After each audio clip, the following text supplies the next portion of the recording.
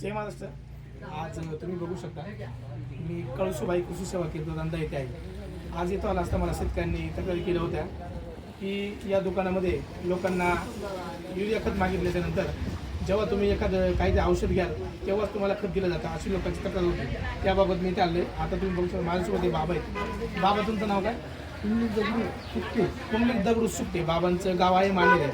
त्यांनी सांगितलं याच्यावर दुसरं काहीतरी औषध घ्या तर कोणी भेटेल. मग ते 2 तणनाशक पुऱ्या घेतल्या तुम्ही. म्हणजे बाबांना ते तणनाशक आहे ते बळजबरी दिलं गेलं. आता माझ्यासोबत हे शेतकरी बाबा आता आलो तो ते म्हटले का बा तुला खत आता दुसरं घेतल्याशिवाय तुला खत भेटू शकत नाही. तुम्हाला किती वेळ थांबायचं? मला 12 वाजेपर्यंत थांबवलं. सकाळी 8 वाजेपासून यांना 12 वाजेपर्यंत थांबून ठेवलं गेलं. आता माझ्यासोबत हे अजून एक शेतकरी बांधव आहेत. यांचं नाव आहे ज्ञानेश्वर सकबोल जे वाकीचे आहेत. दिवस झाला मी आलो होतो तुला घ्यावं लागेल नाही तर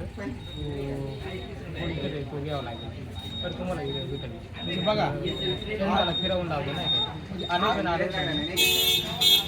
मला फिरवून लावलं. 2 दिवस यांनी फिरून लावलेलं आहे की तुला सुपला किंवा गोळी खत घेतल्याशिवाय तुला युरिया खत भेटणार नाही.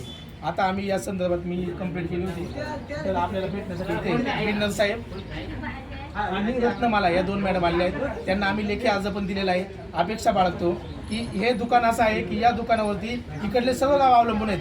त्याच्यामुळे जेवढं खत येतं ते याच दुकानामध्ये येते. परंतु ही लोक जर शेतकरी बांधवांच्या वरती असं करणार असतील तर अशा दुकानावरती कारवाई झाली पाहिजे.